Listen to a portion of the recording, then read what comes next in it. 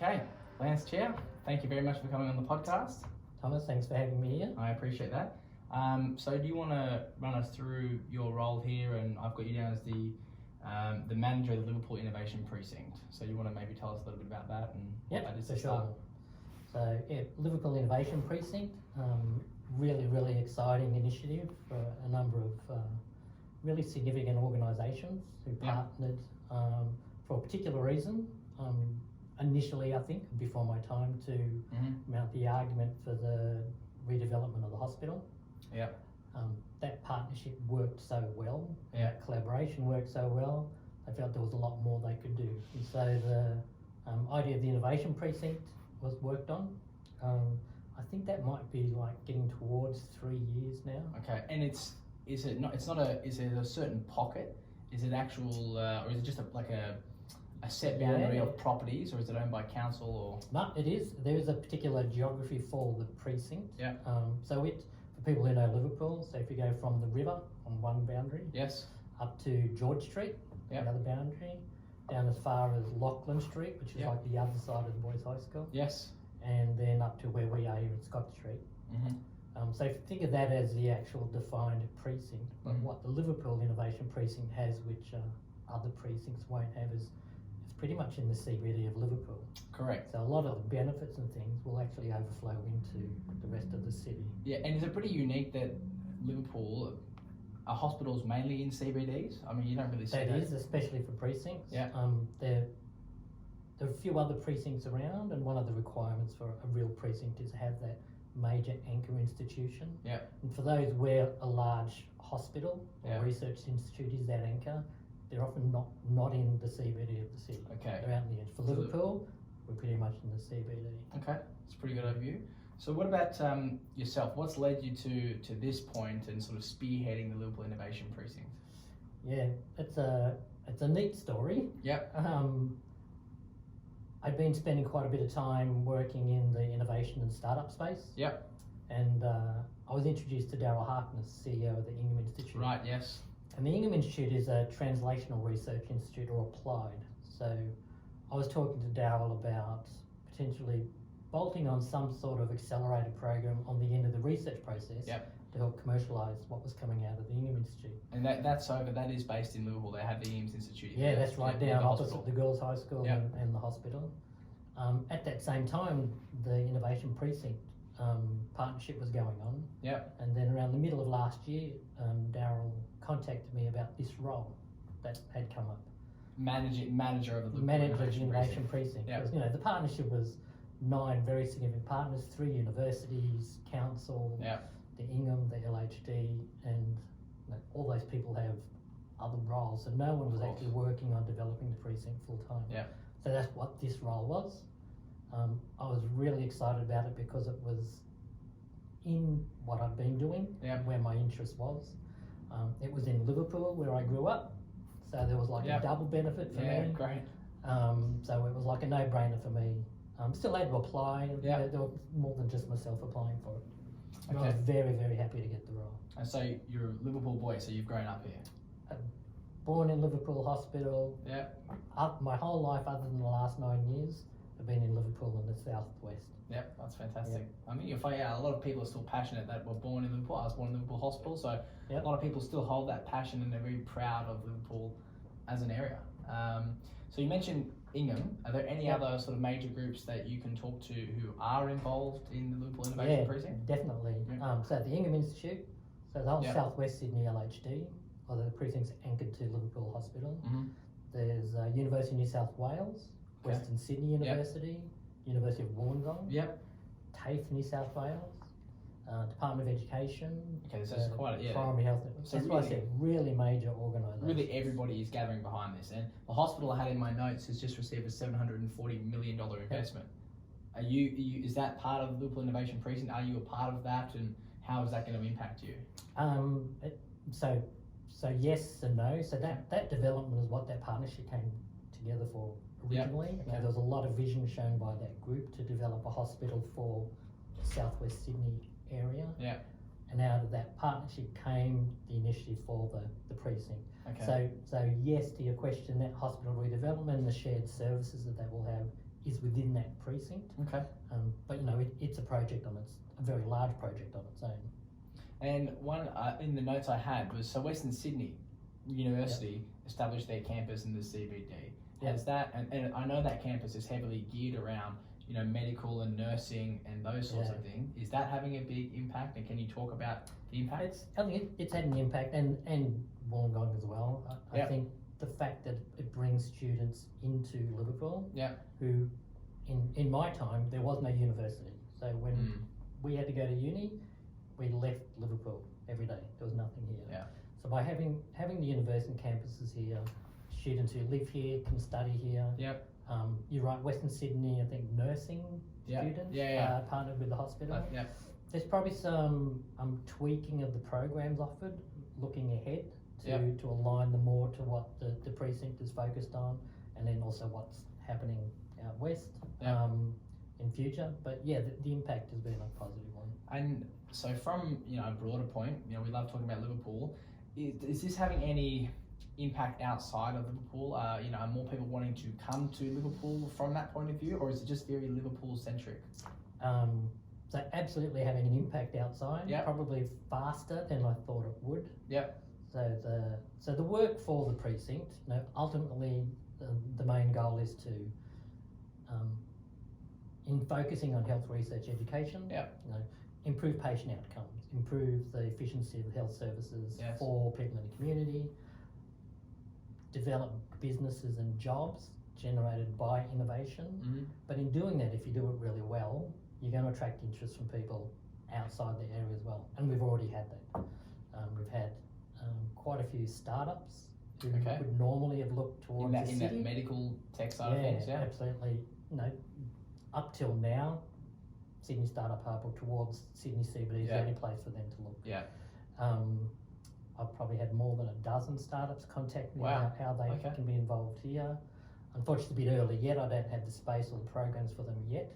Is that a real estate thing? You don't have the real estate, or looking to expand? You guys need your own specific building? There's two parts to that. I don't need real estate, say, to run the accelerated programs or those support programs for the startup.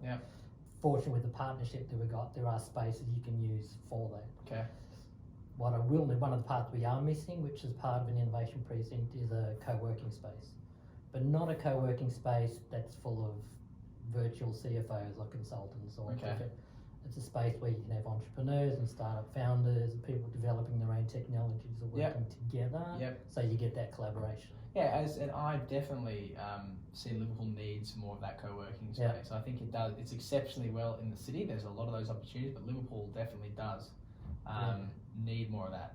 And it's an important part, it's a vital part of fully functioning innovation precinct as well. Because if you just had a whole lot of large institutions, might be co-located, you kind of don't get the same agility, say, as you would have if you also have some small, nimble startup entrepreneurial people. And so is that something that is in the pipeline, as an opportunity for Liverpool and the Innovation Precinct? Absolutely. I'm on the lookout for space to be able to establish that. There's some space that we could have down around the Ingham and the hospital, but it would be temporary because where that's been identified as part of what will be pulled down as part of the redevelopment. So I need to find something a bit more. Could they accommodate it in the hospital? Is that something you might explore? Probably not, but then like I said, even if I did, it might end up getting moved around anyway. I understand. So at this point, it's probably too. So I've got to find something. I don't know what that is. I've got some thoughts, but I don't know what that is. I understand. Does the Liverpool Innovation Precinct have a goal in mind, or are you guys working towards a certain mission statement? Do you mind sharing that with us? No, sure. There's a few objectives. Really based on leveraging the strength that Liverpool has in health research and education. Growing the local economy, through a whole list of things that will come out of the precinct, like commercialising startups, growing small businesses, making them competitive domestically as well as internationally, driving all that off innovation between the partners. Are the ultimate kind of goals we're looking for. In addition to the health ones, like improved patient outcomes and things that I was talking about before. All right, and what about Liverpool Innovation Precinct in 10 years' time? Is it a whole yeah, I know we've got the hospital there now, but there's a whole section of medical buildings there in Liverpool. Is there any thought as to where it could be going in 10 years? I know it's a long time to sort of fall forward. No, see, 10 years is long in one way and it's short in another. Yeah. So it's probably not long enough to develop the precinct to what it could be fully. Yeah. But it's certainly enough time to, and I have a very clear picture in my head of what it looks like. Yeah. Attracting larger industry players who want to relocate to Liverpool to be closer to the precinct. The attraction of investment groups who maybe want to be close to the sort of startups maybe they've invested in. Yeah. Having that really buzzy co-working space. Yeah. The thing about a precinct, say different to a science park, is say the one in London, the Sydney Science Park. Yeah, so you actually leverage more that things are close together. So people are used to looking at a science park, which is a lot of co-located large buildings with green spaces and car parks that separate things. Like a northwest sort of feel, is that what you're talking about? Yeah, probably, and I've come from Norwest, where the precinct, you want physical connections between the buildings. Yeah. Now, innovation comes from people, right? So Absolutely. you can put all the buildings, you put all the connections, but the people have to come up with the innovation. So what you want to do to drive that innovation is to make sure that people can connect. So good placemaking. Yep. And council is across what's required there. And the co-working spaces, I think, will perfectly tie into that. I could be sitting with somebody that does something completely different, but we can find a way to synergize and work together. Exactly. Yep. That convergence of backgrounds in technology is vital for generating something new. And in fact, the Liverpool Innovation Precinct resembles more the Brookings Institute requirements for a precinct than many other precincts. So the foundation is right. Yeah, it's like, we have the Research Institute, we'll have the largest freestanding hospital in Australia. Yeah. We have public transport right there. Yeah. If we have the co-working space, we've got 3 universities involved in the area. Yeah. You have council on board who, in terms of designing and authority over implementing those placemaking initiatives are there. We've got all those things. We've got a young population. Yeah. Half of Liverpool's population is under 35. Wow. It's got all those good things. Are there any challenges for it? Is it missing anything? Or is it just a matter of patience that'll get it there? Patience is always good, Yeah. but you want to have a sense of urgency as well to get things done. So, that co-working space is a challenge, trying to find that. And ultimately just doing the work to attract investment too. Yeah. So we've had 2 large multinationals interested in the area.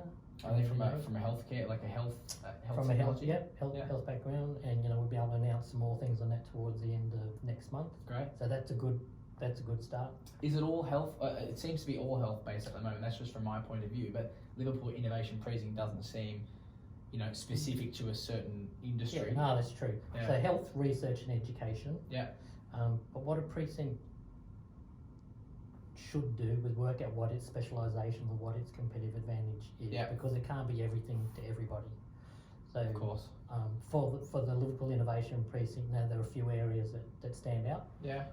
Robotics and automation is one of those. Great. Yeah. Some particular expertise in that, and there's a lot more work going on developing that, and that kind of narrows down the investment attraction. Yeah, okay. People with relevance. So, people are going to be coming into that precinct, I understand. Yeah, because if you're trying to be everything, usually the recipe for failure is trying to be everything to everybody. But down the track, I think that generating that innovation culture and that almost university city feel will spawn the initiatives to help innovators outside of health research and education. Right, so like the university feel you're talking about is when you're at a university, you can be there at in the foyer at the ground floor working, and you can collaborate with somebody who's doing a completely different course to you. Exactly. Right. Yep. That makes a lot. I think it sounds like a fantastic opportunity, but you're right. There's just not enough of that. No, and then when you say what's it going to look like in 10 years' time, I think an even better question is what does Liverpool City look like in 10 years' time as a result of the innovation precinct? Right, and it's a different city. It's a young city. It's connected. It's a college. It has all the bones to be one of the best cities. Yeah. I use that phrase as well. There you go. It has good bones to build on, and that's what the precinct's doing, and council doing a lot for that as well. Yeah, council have been pushing this incredibly hard. Yeah, no, they released that public domain master plan the other week. But on exhibition at the moment. yeah, and that placemaking is really important to a functioning innovation precinct as well. So when you want people moving around and bumping into each other, absolutely, those serendipitous collisions that people refer to, it's got to be a walkable place. It's got to be a secure place. In our climate, having shade. Totally. You mentioned ground floors. Yeah. New buildings going up, how are their ground floors designed? Because ground floors now can be meeting places. Absolutely, and most of the times they are. You meet at the ground floor, there's a cafe there. It doesn't have to be on level 23, for example. Yeah, the ground floor or just a foyer with a bunch of elevators. And coffee shops. Yep. You know, I talk about strategic placement of coffee shops. Yep. Because coffee shops are really popular meeting places. And they are the pulse. Sometimes they can be the pulse of the building. The pulse of, why you come to work. The coffee shop is fantastic. You know everybody there, and that creates, that innovation hub, and ideas can flow in there. So I think you're 100% right. And the coffee culture in Liverpool is very, very strong. Yeah, imagine if you didn't have that, that traditional bump into someone, I'll send you an Outlook in, but it'll never happen. I know. But if you can just stop, talk, grab a coffee, don't need a meeting room, bump into who else is in there when you go there. Well, I think it's the way that mobile work is going, right? You can do so much on your iPhone. Your iPhone is as powerful as what some presidents ran countries with on their computers. Is the reality. Or flew to the moon with. Exactly right. So you understand from that point of view. So I think this innovation precinct is very excited. In 10 years, I'll be here wanting to work from there, wanting to work from that precinct, just because the amount of people you'll meet, and it's surely going to be an international hotspot of that. Absolutely. So generating businesses and jobs for people who live here. If you do it right, you're actually going to attract people from outside of Liverpool who want to come here. Ideally, then that they move here. Live, work, and play is the kind of the short little tagline that we have, and you can think about that as the goal. And then with the development of the airport out there and the technology there, that people living here can now look west for work. Absolutely. Instead of, at the moment, 60% of the population leaves Liverpool every day for work. Absolutely. And I was speaking to someone from council about that. They said, majority of our population leave. So nobody's bringing jobs in Liverpool. There's buildings for it, there's opportunities for it, but nobody's bringing those jobs. And I think that's the key. Can do that. That's the key. The ideal thing is generate that innovation from within the precinct. That then translates into ideally small businesses who locate here. That creates jobs. People who live here can work here, have their families here. And do you see this working in tandem with the Western Sydney Airport? That's more bulky goods. It seems like industrial, but you've got Northrop Grumman, you've got aerospace, you've got the Australian Space Agency, all that sort of thing. How do you see the airport and Liverpool working together? That would be a strong part of it. So 26% of the jobs in Liverpool are health and manufacturing. So when you have the sort of companies that you're talking about out there, and we talked before about convergence, bringing in different backgrounds and expertise. So you imagine something in health, developing a medical device that requires some novel or particular manufacturing expertise. Western Sydney Airport. You've got out there. Yeah, that makes a lot of sense. Absolutely. It makes a lot of sense. Not everything has to be in the Sydney CBD, or North Sydney as an alternate. There's a lot happening in Liverpool, there's a lot happening in the Western Sydney Airport. It's time for, I think, that gap. And like West, as you say, that many people leave Liverpool. We need more jobs here. And almost, it has to be, because if the population grows the way people expect for Western Sydney, you can't have 60% of the population leaving to head east every day. No. You couldn't put in enough roads or trains to manage that. No. So you have to be creating that momentum for the jobs here. And I think the rail, needs to improve as well. There's no reason why the metro line needs to stop at Bankstown. It needs to extend out to Liverpool, and then Liverpool through Badgerys Creek, because it just flows. It really connects. And that attracts other things. 100%. So it looks like you guys are building the right bones. The Innovation Precinct is off and running, and it's probably one of the main things that are going to push Liverpool forward in the future, would you say? There's a lot of things, a lot of benefits that will come from the Innovation Precinct. Initial objectives, because it's close to the city, the nature of the population. It's attuned to where the community is going, even the development of the hospital. Large neonatal intensive care, more women's and children's services, and that just reflects the vision of the plan to develop the hospital, because in Liverpool's population, 75% of the families have children. Yeah. And I said before, half the population is less than 35. Yeah. That's 61% for the rest of Sydney. So it's a really young population who are going to need to study, Yeah. get jobs, develop all that for here. You just can't have them all moving east. I understand. Do you know the scale of the hospital? I've heard it's one of the largest in the southern I don't know, it would be hemisphere. the largest freestanding hospital in Australia at least. Yep. I don't know about the southern. Yeah. hemisphere. So, but definitely the But largest freestanding. It's already hospital. very large. It has the busiest emergency department. Yep. In terms of patients coming in. Yeah. In the country, so that will be expanded as well. And there's a reason that they're putting close to $1 billion back into it. Yeah, because it'll be needed. Yeah. Yeah, I mean it's almost needed now. Yeah, basically it is. And then you combine the research that's going on in there.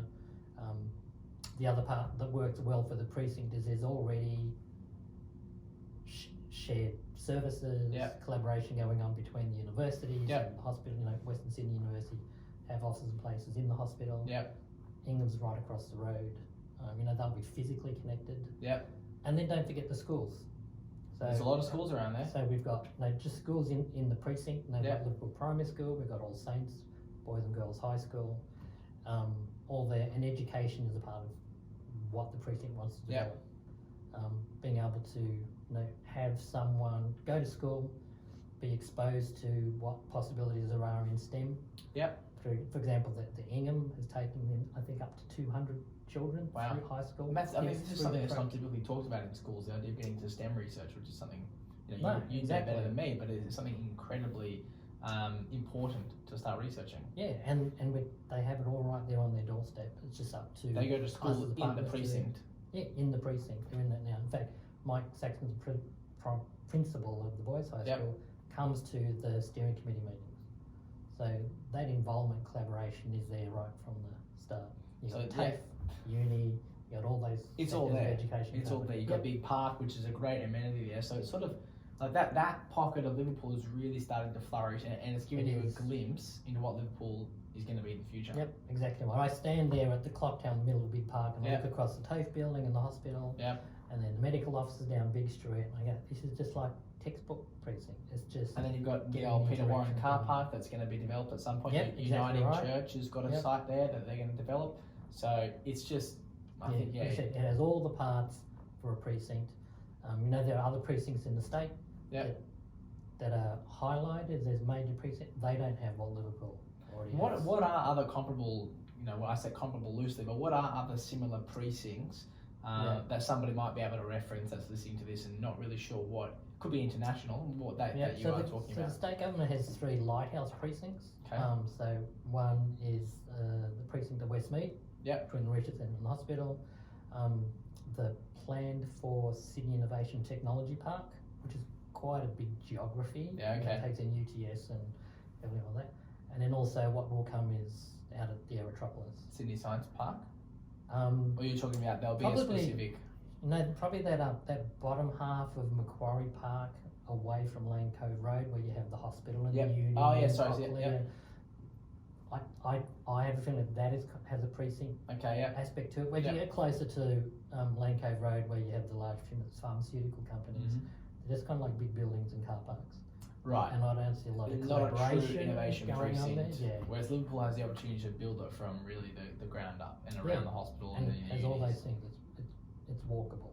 If things too large, you can't. If you need transport to go from one end to how are you going to bump into someone? No, of course. You can get off the train, walk through Big Park, and you're there. Yeah, and I do that every day. I sit up here in Scott Street and I walk down to the Ingham Institute. Sometimes I'm that 2 or 3 times a day, and the whole time I'm within the precinct. So when that's buzzing and working, who knows who I could be bumping into?